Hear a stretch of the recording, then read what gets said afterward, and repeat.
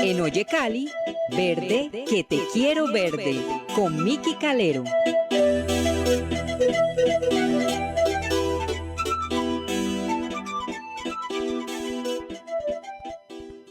Bueno, Duvalier, buenos días, gracias por aceptar la invitación a los micrófonos de Oye Cali. Felicitaciones por haber logrado nuevamente entrar al Congreso. Y bueno, yo tengo una curiosidad. Vos sos uno de los senadores más jóvenes que hay. ¿Qué edad tenés vos, Duvalier? El micrófono, tenés que abrir el micrófono. Ya. Listo. Hola, muy buenos días, Miki, para ti, para todo el equipo y la mesa de trabajo. Yo creo que sí. Yo nací en 1990, yo tengo 35 años. Es decir, y el Senado generalmente son señores ya muy consolidados en la política, jefes de partido, jefes de estructuras políticas, gamonales en la costa Caribe. Así que seguramente seré uno de los senadores más jóvenes, más en esta coyuntura, que pues la democracia y la realidad política del país hoy es distinta a lo que pasaba hace años.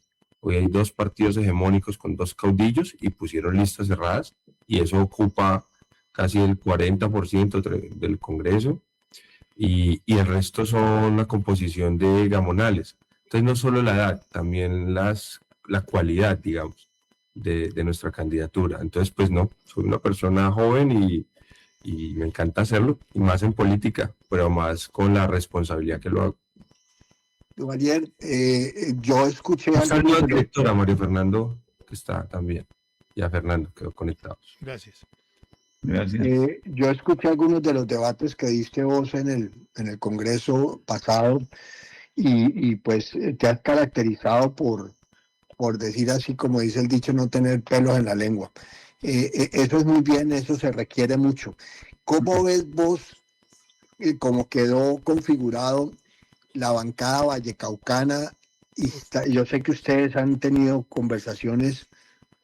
¿Quedó fortalecida la bancada vallecaucana para el Congreso? No. Depende, digamos. Pues la bancada, digamos, es grande, es fuerte, pero yo creo que cada vez la política va teniendo de cierta manera un antagonismo más fuerte. Es decir, yo no debo trabajar con, sino que yo debo luchar contra.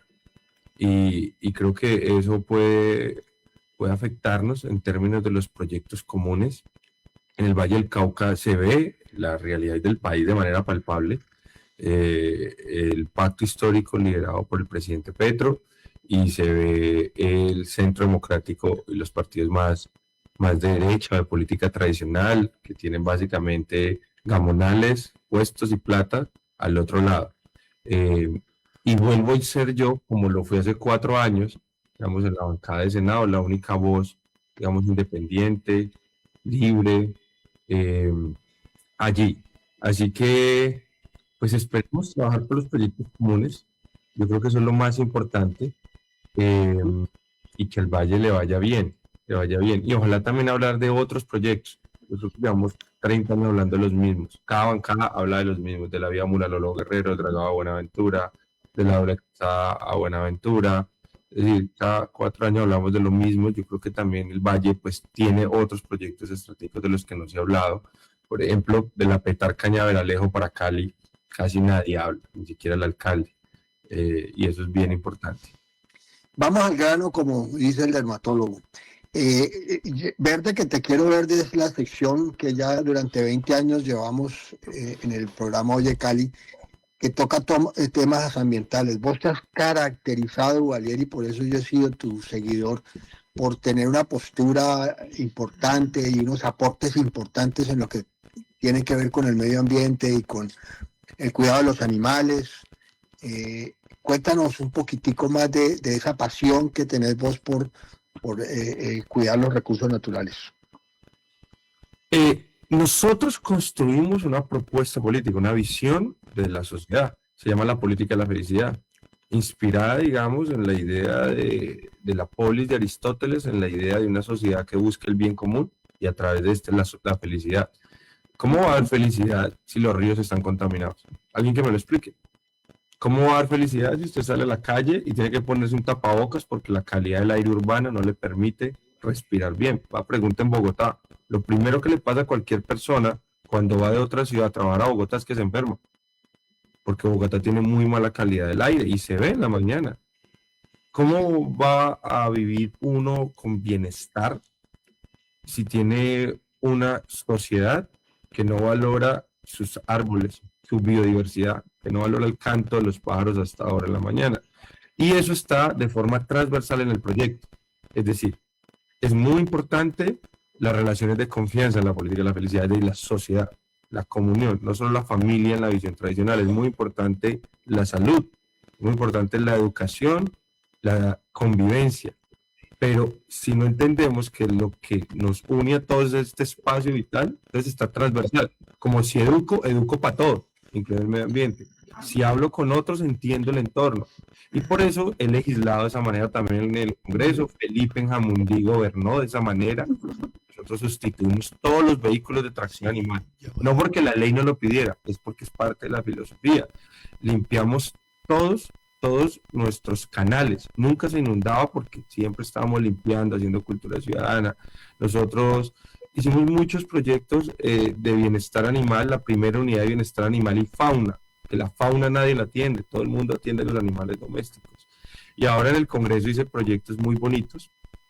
Por ejemplo, mi proyecto de ley que reconoce el desplazamiento forzado por causas climáticas es un proyecto pionero en el mundo, donde el Estado reconoce que hay un desplazamiento, no por los conflictos armados, sino por el cambio climático. Así que, pues bueno, hace parte de nuestra visión en política. ¿Alguno de la mesa de compañeros quieren hacerle alguna pregunta a Duvalier? Perdón, no es mi proyecto de ley, es mi ley de la República. Yo sí quiero aprovechar la oportunidad pues para saludar muy especialmente a Duvalier y felicitarlo por su éxito. Lo primero es que pues hemos visto un fenómeno aquí en el tema de las consultas donde una candidata del uribismo que aparenta ser, digamos, la mejor candidata de centro derecha, por así decirlo, que tiene el uribismo, acaba de obtener un triunfo muy importante y Oviedo pues nos ha dado una gran sorpresa obteniendo más de 1.200.000 votos en esa consulta. Y en este momento todos aspiraríamos, ¿no?, los de centro derecha, que Oviedo y Paloma se unieran para que realmente pudiéramos como garantizar que el país no va a quedar en manos de una persona como Cepeda, que sabemos que es absolutamente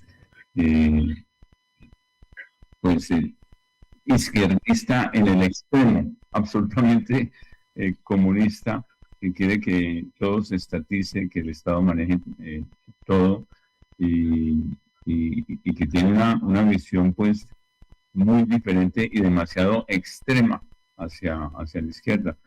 ¿Tú cómo ves ese tema? ¿Crees que primero Paloma y Oviedo se van a poner de acuerdo? Y segundo, ¿cómo recibiría el centro esa campaña de Paloma con Oviedo? Bueno, lo primero es que el reflejo de la consulta es también de lo que pasó en Congreso. Y es que el país tiene hoy una ciudadanía que se reconoce tanto en el pacto, en la izquierda, como en el uribismo en la derecha, digamos. Y yo creo que Paloma no es de centro derecha, yo creo que Paloma es de derecha, yo creo que Oviedo es de centro derecha, digamos, con unos reconocimientos de la realidad del país. Creo que Paloma es una congresista seria, he estado con ella en varios debates, en varias discusiones, es una congresista bien argumentada, y creo que ahí el presidente Uribe también muestra su audacia, digamos, de haber escogido a Paloma con la posibilidad de crecer, digamos, de decir cosas que a personas no uribistas le pueden hacer sentido, y que de pronto con Oviedo pues podrían, digamos, engranar. Eso me parece, digamos, como politólogo, que estuvo bien pensado. Creo que lo de Oviedo es una novedad que les cae bien, porque Oviedo además es un tipo auténtico, es un tipo raro en política, y eso es importante, digamos, también para una ciudadanía que no se reconoce y no vota de acuerdo al espectro ideológico. Gente que no, ni derecha ni izquierda, es decir, lo que le gusta. Entonces me parece que está bien para la competencia. Yo creo que el pacto histórico está muy fuerte, lo acaba de demostrar, son los ganadores de la elección, crecieron en todo, pasaron de 30 cámaras a 40, de 20 senadores a 25, de 2.900.000 votos a 4.4 millones, y ahí también hay un mensaje para el país y para lo que era este país. Eso era impensable hace 8 años, que la izquierda sacara tantos votos.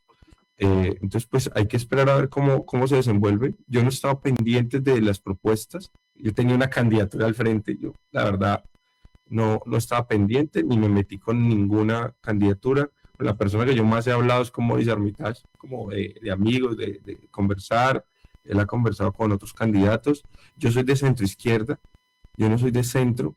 Yo creo que el centro, uno no puede ser como centro disperso, centro nada, uno tiene que tener una postura ideológica. Entonces yo valoro, respeto el mercado, respeto que el Estado tenga que asumir la seguridad, pero también reconozco la desigualdad, reconozco la corrupción de este país y la violencia, y el componente ambiental, del que muy pocos hablan, digamos, muy pocos, y está en el centro de la vida. Entonces, me decía María Fernanda Cabal, quien es una persona como agradable para conversar a veces con ella, porque es chistosa, porque le dice a uno las cosas de frente.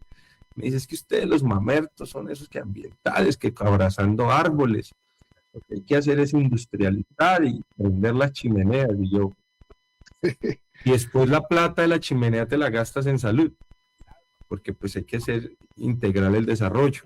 Entonces, estamos allí.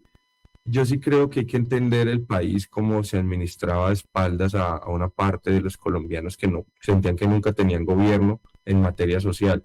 Y eso es muy importante quien quiera gobernar a Colombia. Mario Fernando tiene una pregunta para Duvalier. Pero es una pregunta muy superflua, por decirlo así, pero no me importa. Duvalier, ¿a usted quién le puso Duvalier y por qué?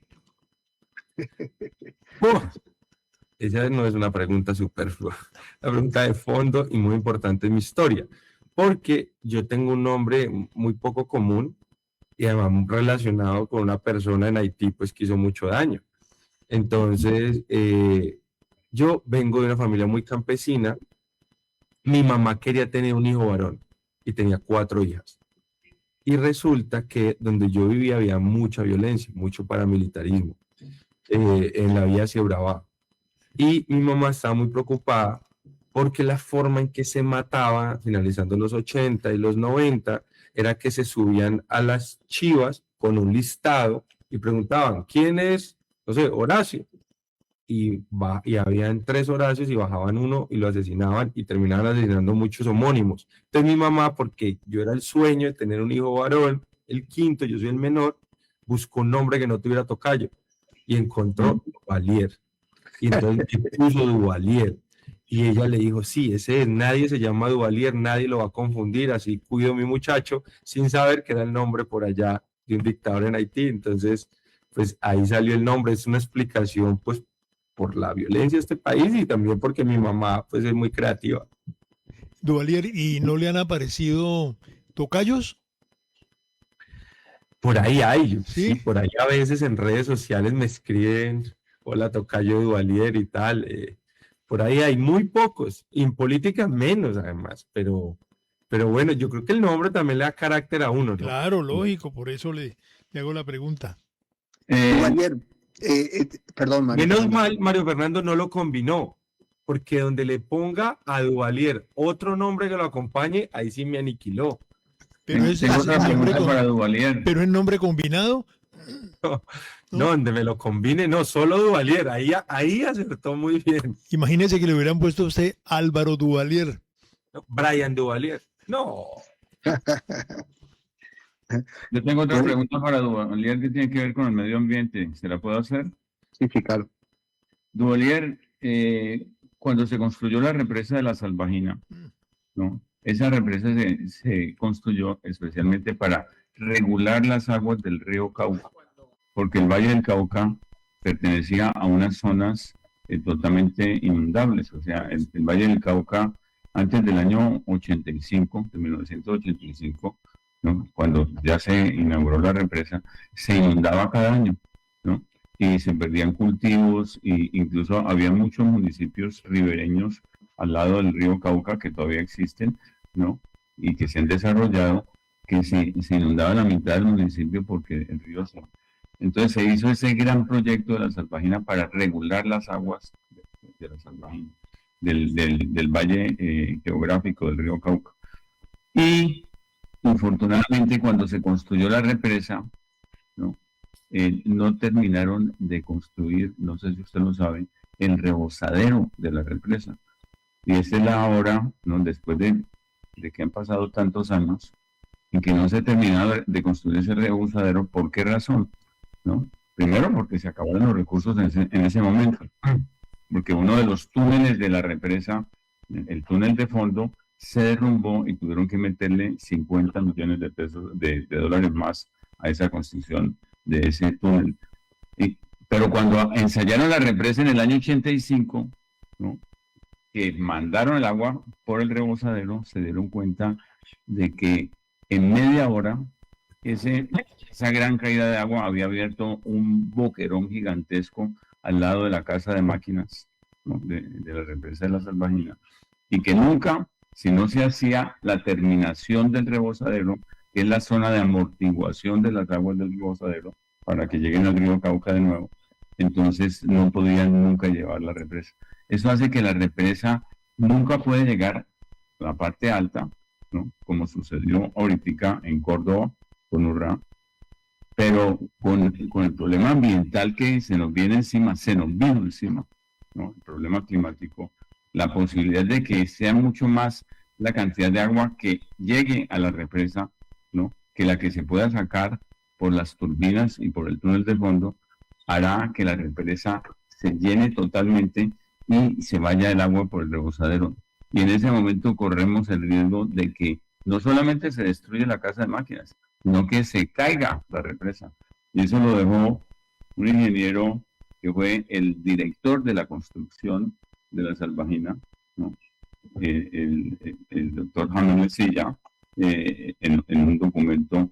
Y la pregunta es si usted apoyaría que en el Valle del Cauca se hiciera esa obra tan importante. Es que adicionalmente, como solamente llega hasta el 85%, el 75% de su capacidad del embalse, ¿no? Entonces no se pueden regular las aguas del río Cauca eficientemente. Bueno, en ese momento los alcaldes y los gobernadores eran designados y también se hacían obras a medias. Entonces, creo que pues yo apoyo todo lo que contribuya a que podamos, digamos, nosotros adaptarnos a ya una realidad que es el cambio climático. Yo no sabía esta historia, digamos, del rebosadero. Me parece grave, pues porque hasta ahora, pues el río no se ha desbordado. Pero yo recuerdo en el 2011 las lluvias asustaba al río Cauca. Yo estaba en la Comuna 21 y estábamos tan asustados en Valle Grande que llevamos costales. Como mi mamá vendía arepas, yo cogí todos los costales de los bultos de maíz para poder prepararnos si se fuera a desbordar el río Cauca. Así que yo creo que eso hay que hacer, ya una amenaza. Sí, dime. Duvalier, yo corrijo un poquitico lo que acaba de decir Fernando. Creo, y si me corrigen si estoy diciendo algo que no es cierto, la represa de Salvajina se construyó para generar electricidad, energía, y no para... Bueno, y otra cosa, perdón Fernando, déjame terminar. Parte del problema de las inundaciones es que se le robó al río Cauca lo que llamamos Madres Viejas y Las zonas humedales. inundables.